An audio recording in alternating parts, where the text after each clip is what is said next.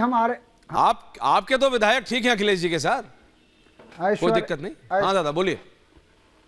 ऐश्वर्या जी, हमारे विधायक हमेशा हमेशा ठीक रहेंगे, क्योंकि आपने बुलाया है तो संवाद के लिए बात हो रही है। देखिए कितना सुधांशु भाई इतने अच्छे पढ़े लिखे विद्वान हैं, कितनी अच्छी बात बता रहे थे, भ्रष्टाचार मुक्त, और कितना साफ पाक बता रहे थे।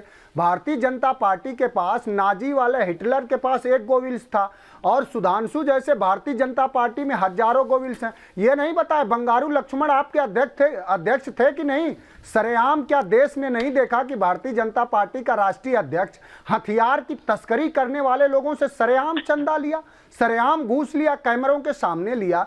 जिस भारतीय जनता पार्टी के सर्वश्रेष्ठ नेता नरेंद्र मोदी कहते हैं कि अजीत पवार तो 70,000 करोड़ के घोटालेबाज हैं, और उनको अपने पार्टी में नारायण राणे के साथ क्या हुआ? अब सवाल यह है कि इस देश के जितने भ्रष्टाचारी हैं अगर बीजेपी में चले जाएं तो साफ पाक हो जाएंगे। अरे हेमंत सोरेन को ये पूरा देश का आदिवासी पिछड़ा वर्ग और कमेरा वर्ग बधाई दे रहा है कि वो डट के खड़े हैं, आरजेडी के लोग खड़े हैं, समाजवादी पार्टी के 1 लाख लगभग वर्करों को इन्होंने जेल में डाला है। तो जो लोग डरे हुए लोग हैं, हिटलर के लोग हैं, जो नाजी पार्टी के हमेशा समर्थक रहे हैं, इस देश से अब डर गए हैं। आज देश में बजट पास हुआ है, इनसे मैं पूछना चाहूं कि किसानों के लिए क्या हुआ है, महिलाओं के लिए क्या हुआ है? रोजगार सृजन पर 10 रुपया जो सरकार अपने बजट में नहीं दे पाई, जिस सरकार में ऐसे लोग झूठ बोलने वाले हों, जो सरकार चुनी हुई सरकारों को सिर्फ खरीदने का काम कर रही हो, उस सरकार से कभी भी कोई नैतिकता की बात करेंगे? रेलवे के भर्ती के लिए झारखंड, बिहार से लेकर दिल्ली तक में प्रदर्शन हो रहे हैं, उस पर एक शब्द तो ये बोल नहीं पाएंगे। उत्तर प्रदेश में एक सिद्धार्थनगर जनपद है जहां 2200 ऐसे प्राथमिक विद्यालय हैं कि शिक्षकों के अभाव में बंद हो गए, उस पर ये सरकार बोल नहीं पाएगी। ठीक मनोज सिंह काका, संजीव झा कुछ कह रहे हैं, उसके बाद सुधांशु जी आ रहा हूं, और मैं अपने रिपोर्टर के पास भी जा रहा हूं। संजीव झा कुछ कह रहे हैं, संजीव जी बोलिए। संजीव झा मेरे को मत दिखाइए विजुअल्स। मुझे थोड़ा समय दीजिएगा। समय है गुरुजी, बोलिए। पहली बात, सुधांशु जी ने कहा कि बकैती की सरकार, बकैती क्या? बकैती अब आपने डकैती कहा, उन्होंने बकैती की। प्रधानमंत्री जी ने कहा कि अजीत पवार 70,000 करोड़ का करप्शन अजीत पवार पे है, भारतीय जनता पार्टी में हो गई, बात खत्म। तो बकैती इसको कहते हैं, बकैती कहते हैं। होम मिनिस्टर ने कहा कि हेमंत बिश्व शर्मा जेल में होगा लेकिन बीजेपी में शामिल हो गया तो वो बीजेपी का मुख्यमंत्री बन गया, बकैती इसको कहते हैं। शुभेंदु अधिकारी का जगह जेल में है लेकिन वो जब बीजेपी में शामिल हो गया वो एलओपी बन गया, बकैती उसको कहते हैं। एक बात। दूसरी बात, बहुत गंभीर बात, अभी सुधांशु जी कह रहे थे कि झारखंड में तो अभी आपकी सरकार है, यानी हेमंत जी की पार्टी की अलायंस की सरकार है, अभी किसी की सरकार नहीं है महोदय। तभी तो मैंने कहा कि आपने संविधान की धज्जियां उड़ा दी। आजादी के बाद से आज तक इतिहास में पहली बार ऐसा हुआ है कि ना प्रेसिडेंट रूल है वहां, ना कोई मुख्यमंत्री है वहां, ना सरकार बनने दे रहे हैं। एक बात। दूसरी बात कि चंपई सोरेन 48 विधायक का सिग्नेचर लेकर के, वीडियो रिकॉर्ड लेकर के राज्यपाल जी के पास गया। आप ही के जजमेंट का हवाला देते हुए मैं कहता हूं क्यों नहीं पैरेड कराए? आज तभी मैंने कहा कि गैंग ऑफ वासोपुर है यार, डकैत लोग आंख गिराए हुए कि कब निकल जाए। क्या सुधांशु जी? बात आपने कहा ईश्वर की, भाई आप अपने विधायक को तो नहीं बेचते। एक बात बता दूं मैं आपको ईश्वर जी, मैंने कहा अच्छी बात है आप नहीं बेचते। दीजिए 189 एफआईआर हुए, मैं कह रहा हूं उसका परिणाम क्या हुआ? सब पे ईडी सीबीआई के एफआईआर हुए हैं। 145 एफआईआर में कोर्ट ने कहा कि फ्रिवोलस ग्राउंड पे है। और अंतिम बात, जिस सोरेन जी की पार्टी की बात 95 में कन्विक्ट हो गया, उसी सोरेन की पार्टी के साथ भारतीय जनता पार्टी ने 2010 से 2013 में सरकार बनाई थी, तब वो पाक साफ था। आज अगर आपको चुनौती दे रहा है तो आप कहते हैं भ्रष्ट सरकार है। ये है भारतीय जनता पार्टी का असली। सुधांशु त्रिवेदी जवाब दे रहे हैं। रत्नाकर जी आ रहा हूं। कॉन्स्टिट्यूशन में कहते हैं गेस्ट थोड़े ज्यादा हो गए, आप जरा मिस आउट हो गए, सॉरी। सुधांशु जी जवाब दे रहे हैं। उस मोरालिटी का मजाक नहीं रखेंगे आप सुधांशु जी, तो नंगा नाच होगा जो आप। Okay Sanjeev ji, okay done. आपने बैलेट को लूटा है। Okay Jha ji done, thank you. हाँ सुधांशु जी जवाब दे रहे हैं, हटाइए मेरे। देखिए झा साहब, बकैती क्या होती है मैं आपको बताता हूं। हमने जिन नेताओं पे कहा आरोप है, आप एक नेता बताइए जिसके खिलाफ हमने केस विड्रॉ कर लिया हो या हमने उसके खिलाफ क्लोजर रिपोर्ट लगा दी हो। मगर बकैती यह होती है कि शारदा स्कैम पे तृणमूल कांग्रेस का ऑफिशियल स्टैंड है कि ऐसा कुछ हुआ ही नहीं। आज कहते नहीं साहब हुआ था और हम भ्रष्ट थे और हमारे नेताओं ने इतना करोड़ का भ्रष्टाचार किया था। अब सुनिए सर, क्या हुआ अजीत पवार के बारे में कांग्रेस और एनसीपी का ऑफिशियल स्टैंड है कि ये सरासर निराधार है, ऐसा कुछ हुआ ही नहीं। आज कहते नहीं हुआ था, और हम तो बहुत भ्रष्ट थे, हमने तो इतना भ्रष्टाचार किया था। मेरे भाई स्टैंड आपने चेंज किया, स्टैंड हमने नहीं चेंज किया है। अन्यथा आप ये बता दीजिए संजीव जी, यार आप बोलते हैं तो भी ये गलत है।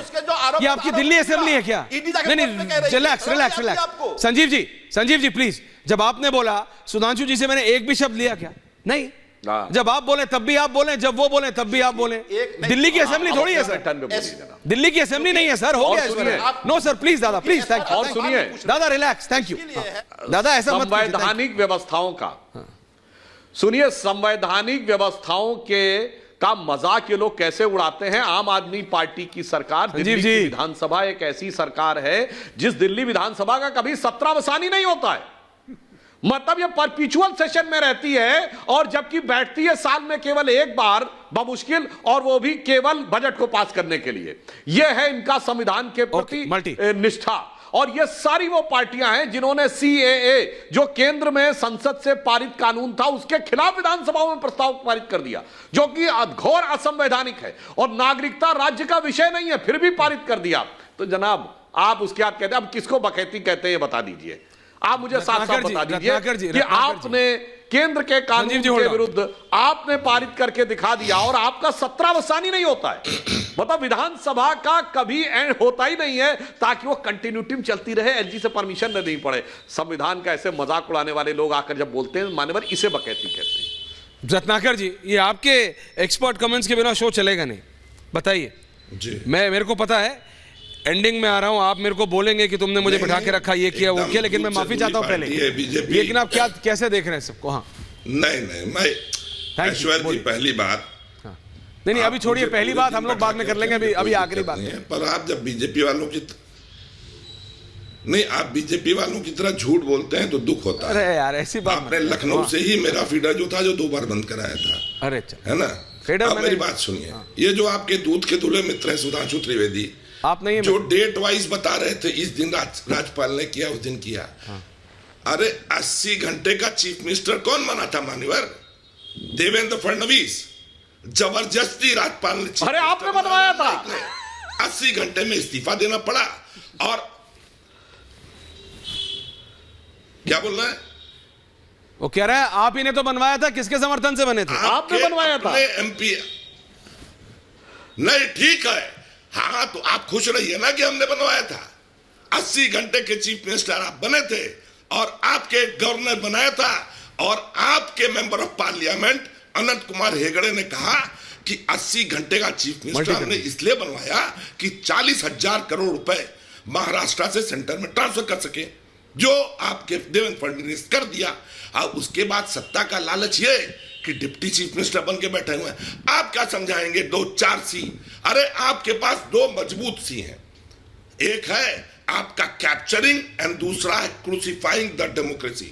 भेड़िए किसी घर के बाहर अगर खड़े रहे और आप कहें कि लोग तो भाग रहे हैं, अरे आप भेड़िए हैं, आप तब तक आदमी को नहीं छोड़ेंगे जब तक मार नहीं देंगे। ओके ठीक है, पॉइंट जा रहे हैं तो उनकी गलती नहीं है।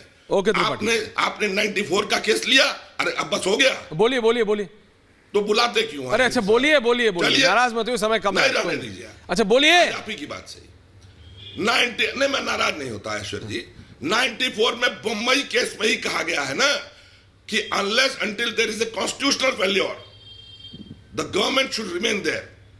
पहला है, आज की तारीख में आपके राज्यपाल राष्ट्रपति शासन नहीं लगाए हैं, लेकिन मुख्य सचिव को डीजीपी गो